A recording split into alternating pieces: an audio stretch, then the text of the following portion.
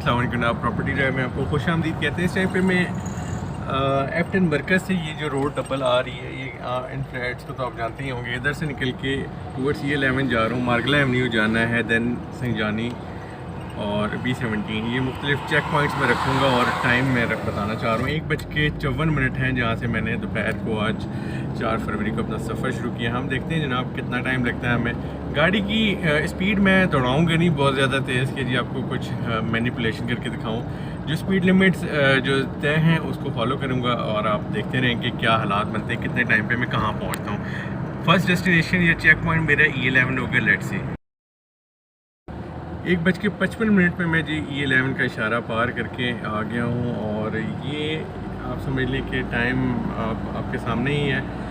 अब मैं E11 से गुजरता हुआ जाऊँगा। D12 के जो एंट्री पॉइंट होगा उसको मैं चेक पॉइंट के तौर पे रखूँगा। दैन हम देखते हैं हमें कितना टाइम लग रहा है। दौराने सफ़र मैं आपको ये दिखाना चाहता हूँ इस टाइम पे, क्योंकि रश वाली जगह है और दोपहर का वक्त है, जुम्मे का दिन था आज, तो गाड़ियों का रश भी अपनी जगह मौजूद है। इस ट्रैफिक के फैक्टर को भी हम सामने रखेंगे और इससे हम असेसमेंट हमारी यही होगी कि एक नॉर्मल डे को हमने लेना है, एक आइडियल केस नहीं लेना। एक आम बंदा जब आएगा जाएगा इस मार्गला एवेन्यू से तो कितना फ़र्क पड़ेगा।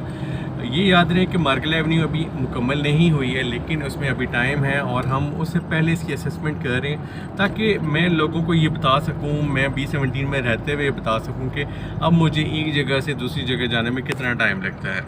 रोड यहाँ पे D12 की तरफ जाते हुए ज़ेर तमीर आई है, तो एक डाइवर्जन ली है मैंने और मैं उस डाइवर्जन की वजह से देखता हूँ कि इस पे रास्ते में कितना मुझे असर पड़ेगा, क्योंकि जिस रोड से मैं आता था वो इस वक्त मैं नहीं उस रास्ते से नहीं आ रहा, तो हम देखते हैं उसका भी इस पर क्या असर पड़ेगा। बहरहाल ये आप लोगों को बताना ज़रूरी है कि इस वक्त रोड बंद थी तो मुझे दूसरा मुतबादिल रास्ता लेना पड़ा है। और मज़े की बात जो मुझे सुबह आते हुए भी मुझे पसंद आई चीज़ कि CDA वाले इस टाइम पे जो है रोड को तामीर कर रही हैं, जो कि D12 और E11 के दरमियान एक पैच था काफ़ी टाइम से बंद पड़ा हुआ था और वो उसकी कारपेटिंग हो गई है। और CDA को यहाँ पे काम करता देख के एक तसल्ली हुई है कि जी उन्हें भी इस चीज़ का अच्छे से अंदाज़ा है कि इन्हें सर्विस रोड्स की मरम्मत टाइमली करनी होगी और इन रोड्स को तैयार रखना है आने वाले फ्यूचर के हवाले से। अपना सफ़र जो मैंने शुरू किया था तो उस वक्त से अब 2 बजे हैं, यानी कि पिछले 6 मिनट के अंदर मैं यहाँ D12 के एंट्री पॉइंट पे आ गया हूँ E11 से निकल के। तो मुझे टोटल F10 से जो कि चौक बनता है टूवर्ड्स E11 उस जगह से मुझे तकरीबन आप समझ लें 6 मिनट लगे कि मैं D12 में एंट्री मार दी है, या आप समझ लें कि जहाँ पे मैं एंटर हुआ वो D12 4 का स्टार्टिंग पॉइंट था। तो ये टाइम इसलिए नोट करना ज़रूरी है कि अभी हमें आगे मल्टीपल चेक पॉइंट्स हैं जिनको हमने कवर करना है और ये समझना है कि जब इंशाल्लाह मार्गला एवेन्यू कंप्लीट हो जाएगी तो उसके बाद एक आम बंदे की ज़िंदगी पे रोज़ाना के आने जाने का जो सफ़र है और जो मुख्तलिफ़ फासलों को तय करेगा कितना वक्त लगेगा। ये D12 के साथ सर्विस रोड वेस्ट है जिसकी हालत देख लें, ये बंद पड़ी हुई है। इसको मैं पहले भी एक वीडियो में हाईलाइट कर चुका हूँ। बहरहाल D12 तक मुझे पहुँचने में अभी 2:02 हुए हैं, तो जितना टाइम लगा वो भी हम एंड में सारे के सारे चेक पॉइंट्स को हम डिस्कस कर देंगे और बताएंगे कि कितना टाइम लगा। ये अगर दूसरा जो सर्विस रोड है इसका हिस्सा जल्द से जल्द बना के इसको तैयार करके CDA दे दे तो मेरी अपनी असेसमेंट में सुबह भी यहीं से आया था और पीक आवर्स में ही यहाँ से गुजरा था। तो मुझे ये बात समझ आ रही है कि अगर ये रोड्स का बेसिक जो सर्विस रोड्स हैं इनका भी बेहतर हो जाना आपको एक फ़ायदा मंद चीज़ के तौर पे नज़र आएगा, क्योंकि यहाँ आबादी बहुत ज़्यादा नहीं है, ना यहाँ पे कोई ऐसी बहुत ज़्यादा रश वाली सड़क नज़र आएगी आपको डेली आते जाते ही। जितनी सर्विस रोड्स हैं इनमें किसी किस्म का कोई रश नहीं है। तो इस हिसाब से अगर देखा जाए तो कंजेशन का जो हमें एक फैक्टर नज़र आ रहा है D12 में वो शायद बहुत एक्स्ट्राऑर्डिनरी ना हो और इंशाल्लाह हैवी ट्रैफिक जो कि मार्गला एवेन्यू पे अलाउड ना हो शायद, तो ये एक बहुत ज़बरदस्त चीज़ हो जाएगी कि हम इन सड़कों को एक अच्छे अंदाज में इस्तेमाल कर सकते हैं। बहरहाल अभी मार्गला एवेन्यू की अलाइनमेंट बिल्कुल क्लियर नहीं है। अब मैं यहाँ पे आप समझ लें D12 यहाँ से एंड हो रहा है और इस वक्त टाइम हो रहा है 2:04। तो इसका मतलब है कि अब हम जो शाह लदिता वाला रोड है उसके चेक पॉइंट को देखते हैं और उस उधर से पहुंच के मैं आपको अभी इसी वीडियो के अंदर बताऊंगा कि क्या टाइम हुआ है। तो आपने इस चीज़ को समझना है कि इन चेक पॉइंट्स का बेसिक पर्पस ये है कि लोग मुख्तलिफ़ रास्तों से और मुख्तलिफ़ फासलों को तय करते हुए पहुँचते हैं। अगेन मैंने बताया इस रोड के बारे में, इसकी हालत इज़हार के बारे में एक दफ़ा मैं CDA को शिकवा कर चुका हूँ अपनी वीडियो में कि इसको जल्द से जल्द आपको तैयार करना है। तो अल्लाह करे जल्द बन जाए। अब हम क्योंकि D12 को छोड़ते हुए हम जा रहे हैं शाह लादता की तरफ, तो इंशाल्लाह आप देखेंगे यहाँ से आगे हम अपने टाइम को कैलकुलेट करना शुरू कर देंगे। और इस वक्त 2:05 हुए हैं और मेरे ख्याल से मैं यहाँ पे जो स्टार्टिंग पॉइंट तो नहीं कहूँगा मार्गला एवेन्यू का, लेकिन शाह लादता का फ़िलहाल ये गांव है जो कि टाइम वेस्ट करेगा। इसमें हम देखते हैं कितना टाइम लगता है। यहाँ से अब मैं अपने सफ़र का अगला हिस्सा शुरू करूँगा। क्योंकि मार्गला एवेन्यू की आप समझ लें अलाइनमेंट किसी को क्लियर ही नहीं है कि अभी एंडिंग पॉइंट क्या होगा टूवर्ड्स D12।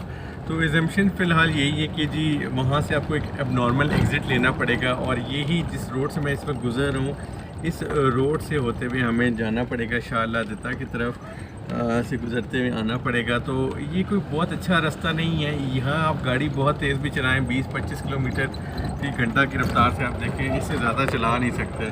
तो बताने का मकसद ये है कि ये रोड बहुत अच्छी कंडीशन में भी नहीं है और छोटी सी रोड है। अगर हम फ़र्ज़ कर लेते हैं अब नॉर्मल एग्ज़िट की तरफ हम आते हैं, जिस तरह कि किसी को पता ही नहीं है कि मार्गला एवेन्यू की अलाइनमेंट क्या है और आगे क्या होने जा रहा है, तो यहाँ पे से उतर के आप जब D12 की तरफ पहुँचेंगे, शाह लादता रोड ख़त्म होती है, तो ये तकरीबन आपको आराम से जो है 3 किलोमीटर से ज़्यादा का रास्ता आपको तय करना पड़ेगा, जो कि इस तरह की टूटी फूटी सड़क पे या छोटी सड़क पे होगा। फ़िलहाल तो मैं शाह लादता की रोड गुज़ार आया हूँ और इस पॉइंट तक जो मैं पहुँचूँ 2:10 का टाइम हो रहा है और वो तकलीफ़ सड़क की है काफ़ी ज़्यादा, लेकिन इसको गुज़ारा है मैंने। और यहाँ तक आके आप समझ लें कि मैं F10 से चला हूँ, तो मुझे जो टाइम लग रहा है वो तकरीबन 16-17 मिनट लगे हैं मुझे यहाँ।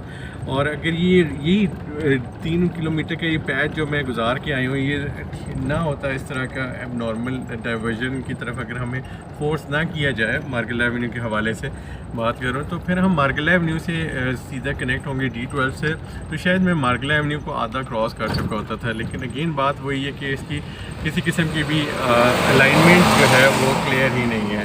तो अब देखते हैं यहाँ से इस पॉइंट से मुझे 2:11 हैं, कितना टाइम लगता है मार्गला एवेन्यू को कनेक्ट करने में। फ़िलहाल मैं कनेक्ट नहीं कर सका हूँ। मार्गला एवेन्यू क्योंकि लेफ़्ट साइड पे चल रही है, इधर मैंने मुआयना किया है, ज़ेर तामीर है ये वाला हिस्सा, और इसमें 2 महीने शायद लग ही जाएंगे इसको लेवल करते और कारपेटिंग करते हुए। जिन रास्तों से मैं अभी जा रहा हूँ ये रास्ते जो है ना इस सादे पुराने गाँव के रास्ते हैं, जिसको काफ़ी दफ़ा मैंने वीडियो में कवर किया है। ये शायद चश्मों का पानी आता है, मैंने इसको काफ़ी दफ़ा चेक किया, बहुत साफ़ शफाफ पानी होता है यहाँ पे अगर आप देखें। और आप ये पीछे पहाड़ों से आ रहे शायद, और ये यहाँ पे जो मार्गला एवेन्यू की तामीर में पानी को जो इस्तेमाल है, जो पानी का रिजर्वायर ये ही इस्तेमाल होता है। यहाँ मोटरें लगा के टैंकरों को भरा जाता है और ये रोड के लिए इस्तेमाल होता है। इस टाइम पे जो चीज़ समझ आ रही है, एक ज़बरदस्त एवेन्यू बन रही है, लेकिन वो जुगाड़ के ऊपर हमें इसका अख्ताम नज़र आ रहा है। जुगाड़ का मतलब है कि ये जो फजूल सा रास्ता है जो मैं तकरीबन पिछले आपको क्लिप में बताया कि ये तकरीबन जी 3 किलोमीटर का जी ये रास्ता है, या 3 किलोमीटर से ज़्यादा, जो कि बहुत ख़राब है। हम उस पर डिपेंडेंट होंगे। दैन मार्गला एवेन्यू का जहाँ तक ये बना के छोड़ेंगे वहाँ से किसी किस्म का कोई एग्जिट पॉइंट टूवर्ड्स आप समझ लें शाह लादता भी नज़र नहीं आ रहा, समझ नहीं आ रही इस चीज़ की। तो अगर इस तरह है तो CDA इतना ज़बरदस्त प्रोजेक्ट बनाने के बाद उसको हालात के रेमो क्रम पे छोड़ देगा। हालात के रेमो क्रम का मतलब है यहाँ पे आपकी कोई रोड अलाइनमेंट किसी तौर से क्लियर नहीं है, और जब आपकी रोड अलाइनमेंट क्लियर नहीं है और उसको क्लियर करने में हो सकता है वो 1 साल और लगा दे, जिस तरह बज़ाहिर मुझे यही लग रहा है कि ठीक ठाक टाइम लग जाएगा। तो ये जो छोटी रोड है, फ़िलहाल मैं इधर ही घूमे जा रहा हूँ और इस टाइम पे 2:18 हो गए हैं। मैं बीच में ज़रा मार्गला एवेन्यू का जो दूसरा हिस्सा है इसका चक्कर लगा के आया हूँ। अगर आप मेरी असेसमेंट पूछते हैं, जब ये मार्गला एवेन्यू बिल्कुल थ्रू हो जाती है और हम सिर्फ D12 वाले हिस्से को भूल जाएँ तो उसके बावजूद भी हम देखें तो मार्गला एवेन्यू का एक कोने से दूसरे कोने का सफ़र जो है 5-7 मिनट से ज़्यादा का नहीं होगा।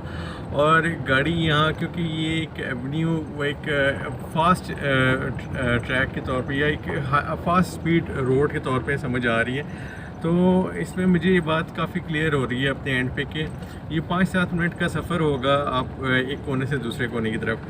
और दूसरी जो अहम बात है कि वहाँ जहाँ पे ये रोड अगर एग्ज़िट ले लेती है सपोज़ D12 की तरफ कहीं पे भी, तो वहाँ से किसी भी जगह पहुँचना 5-10 मिनट से ज़्यादा नहीं लगेगा। आप E11 4-5 मिनट में मेरे ख्याल से पहुँच जाएंगे। F10 अगर आपने पहुँच दें तो 10 मिनट का आप वहाँ से टाइम निकालें। F10 और जो B17 की बात करते हैं अगर इन या D17, क्योंकि मार्गला एवेन्यू B17 और D17 दोनों से 1200 मीटर के फासले पे दोनों के दरमियान में आता है। तकरीबन एक कुदरती मिड पॉइंट निकल रहा है इन दोनों सोसाइटीज़ का, इन दोनों सेक्टर्स का। तो उस लिहाज से भी अगर हम देखें तो एक ज़बरदस्त चीज़ है कि जी आपकी मार्गला एवेन्यू का जो है टाइम बहुत आपको रिड्यूस करके मिलेगा। 7 से 8 मिनट मैक्सिमम लगा लें आप मार्गला एवेन्यू को थ्रू गुजरेंगे। और अगर तो D12 की तरफ गए वहाँ से ब्लू एरिया के भी देखें तो हर तरफ का रास्ता जो है कोई ज़्यादा टाइम कंज्यूमिंग नहीं है। B17 से F10 का जो रास्ता है 20 से 25 मिनट, ये भी अपने ड्राइविंग स्टाइल के ऊपर डिपेंड करता है, लेकिन मुझे इससे ज़्यादा टाइम नज़र नहीं आ रहा।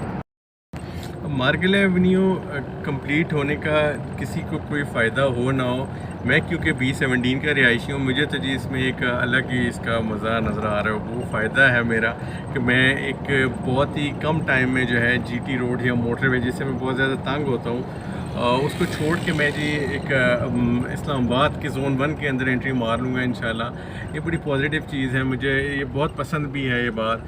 दूसरी चीज़ मुझे ये समझ आती है कि मार्केट्स का ऊपर जाना तो ठहरा ही ठहरा है, एंड यूज़र को मैं अट्रैक्ट करना चाहता हूँ कि भाई आप बजाय इसके पास, आप लोगों के पास पैसे भी हैं, लोग बहुत ज़्यादा दूर दूर जाके रहने के बजाय इस वीडियो में मैंने टाइम के हिसाब से बताया कितना टाइम किस जगह का लगता है। तो आप इसको ज़रूर सोचें कि मार्गला एवेन्यू की वजह से एंड यूज़र बहुत ज़्यादा फ़ायदे में आएगा। और आप जब तक इसकी बिल्कुल 100% अलाइनमेंट क्लियर ना हो जाए तो आपने फिर भी इसके साथ अभी से ही एडजस्टमेंट करनी है अपनी लाइफ की। ये बहुत ज़बरदस्त चीज़ है। मार्गला एवेन्यू के जो रेलवे ब्रिज का दूसरी तरफ का हिस्सा है वहाँ से अब मैं गुजरूँगा। ये तकरीबन कारपेटिंग इस रोड की हुई भी है और ये काफ़ी बेहतर हालत में है। ये आप समझ लें कि काबिल इस्तेमाल है, जिस तरह एक अच्छी सड़क को इस्तेमाल किया जाता है। अब यहाँ से मैं कोशिश करूँगा एंड पॉइंट तक का टाइम देख लेता हूँ। 2:26 पर मैंने यहाँ से स्टार्ट किया है। छोटा सा पैच है और गाड़ी की स्पीड में बहुत ज़्यादा तेज़ ही चलाता हूँ। हार्डली मैं गाड़ी 150-200 की स्पीड से चलाता हूँ। नहीं मजाक करो, 50-60-70-80 की रफ्तार से गाड़ी चलाता हूँ मैं। और ये रोड भी 70-80 वाली ही है फ़िलहाल, इसमें स्पीड लिमिट भी इतनी ही समझ आती है। तो इसका एक्सपीरियंस बहुत अच्छा है जी। मार्गला एवेन्यू के ऊपर जब भी आप ज़ोन 2 से किसी जगह से भी आ रहे हैं या GT रोड से इधर डाइवर्ट हो रहे हैं तो आपकी फीलिंग ज़बरदस्त जो आती है, यार मैं तो इस्लामाबाद के अंदर आ गया हूँ। ये एक प्राइसलेस फीलिंग है जी। और आप मेन इस्लामाबाद ज़ोन 1 के अंदर जस्ट अगर आप इन मार्गला एवेन्यू संजानी के करीब इतनी सोसाइटीज़ में तो with in few minutes drive आप जो है ना इस ज़ोन 1 के अंदर आ जाते हैं, जो कि आपको बहुत ज़्यादा एक सुकून देता है। ये वो फीलिंग्स हैं जो कि मुझे पता है जी, मैं इसको फील करता हूँ और मैं आता जाता हूँ मार्गला एवेन्यू से। आई रियली लाइक इट कि जी आप इस जगह से गुजरें और मतलब एकदम आपको GT रोड के भी गम भूल जाते हैं। मैं क्योंकि मोटरवे से भी बहुत आता जाता हूँ तो मोटरवे की भी टेंशनें कोई नहीं है। अब मज़े की बात ये है कि हम कुछ चीज़ों को अभी तक इग्नोर किए बैठे हैं और उन चीज़ों को अगर मैं आपके साथ डिस्कस करूँ तो आपको समझ आएगी बात कि एक जो अलाइनमेंट है GT रोड की तरफ वो भी अभी तक क्लियर नहीं है। उसका क्या पैच बनेगा वो उसके ऊपर कोई काम ही नहीं हुआ। इसी वीडियो को मैं एंड तक कोशिश करता हूँ चलाऊँ। Distance in terms of kilometres बहुत ज़बरदस्त कम होगा और आपको इसका एहसास उस वक्त होगा जब आप डेली आएंगे जाएंगे। कम्यूट का टाइम बहुत कम होगा और आपकी जो कॉस्ट है, जो जेब पे आपको फ्यूल का ख़र्चा, वो भी बहुत कम होगा। इसमें एक एक्सीलेंट चीज़ ये हो सकती है कि गवर्नमेंट इस मार्गला एवेन्यू के ऊपर किसी किस्म की कोई पब्लिक ट्रांसपोर्ट शुरू कर दे। यहाँ तक कि मार्गला एवेन्यू की जो आप समझ लें ख़त्म हुई, यहाँ से लेके तकरीबन हम GT रोड तक जाएंगे, आधा किलोमीटर का रास्ता है और इसके ऊपर कोई काम नहीं हुआ। इस चीज़ को शुरू से ही इग्नोर किया गया है और इसको इस पे भी जाहिर सी बात है टाइम लगेगा, ये चंद रातों के अंदर ये कंप्लीट चीज़ नहीं बनेगी। तो अभी 2:28 हो गए हैं, तकरीबन आप 3-4 मिनट के बीच का टाइम जो मैंने कुछ खड़े होकर वीडियोस बनाने की कोशिश की और रोड का जायज़ा लिया उसको निकाल दें तो हमारा नेट टाइम है। मैं अगली उसमें आपको तमाम कैलकुलेशन शेयर करूँगा, लेकिन ये एक्सपीरियंस शेयर करना भी बड़ा ज़रूरी है कि जो मार्गला एवेन्यू के साथ गुजर के आपको क्या फीलिंग्स आती हैं। दूसरी बात ये है कि ये इसकी जो अलाइनमेंट D12 की तरफ अगर नहीं क्लियर है D12 से, तो यहाँ पे भी आप देखें ये जो पैच है इसका भी अभी कोई समझ नहीं है इसकी क्या लेआउट बनेगी, ये रोड किस तरह की होगी, और इस पर अभी किसी किस्म का कोई काम नहीं हुआ। ये भी तकरीबन आधा किलोमीटर का आप समझ लें, मुझे समझ आता है कि रास्ता है जो कि अभी बनना है, पूरा 500 मीटर का ये डिस्टेंस बनता है।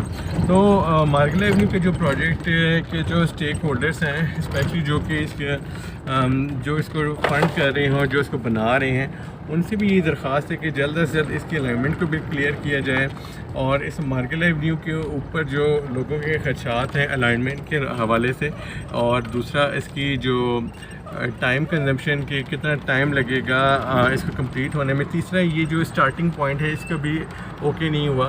तो ये बहुत ज़रूरी है कि बताया जाए कि कब तक ये चीज़ें ओके होंगी।